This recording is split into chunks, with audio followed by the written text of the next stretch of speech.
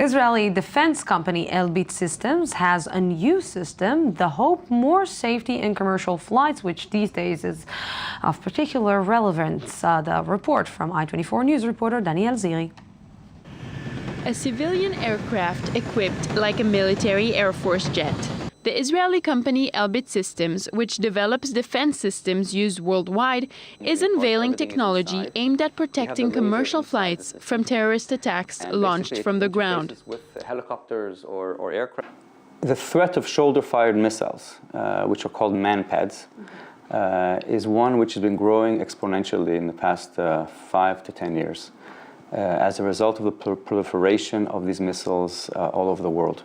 Specifically, anybody can actually go onto the internet and buy a manpad missile, which is kind of scary. The recent conflicts around the world, such as Libya, where 20,000 of these disappeared overnight and are now all over the world, basically has raised the threat level to an unprecedented level. Confronted with this threat, the company Elbit, a branch of Elbit Systems, has created a series of devices like this one. They can be attached to a large range of aircraft and avoid any missiles coming their way.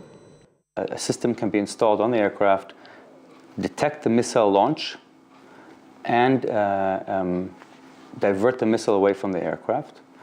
The systems that we have developed as part of the Sky Shield program for large airliners and small airliners and medium airliners is a system which uses laser technology, advanced laser technology, to actually identify and to veer the missile away from the aircraft. The whole process is automated and lasts no more than a few seconds. The passengers and the pilot won't even know that they had just skirted disaster. Elbit teams have been working on this technology for several years. 13 years ago, a manpad missile was launched on an Israeli airliner flying from Kenya to Israel.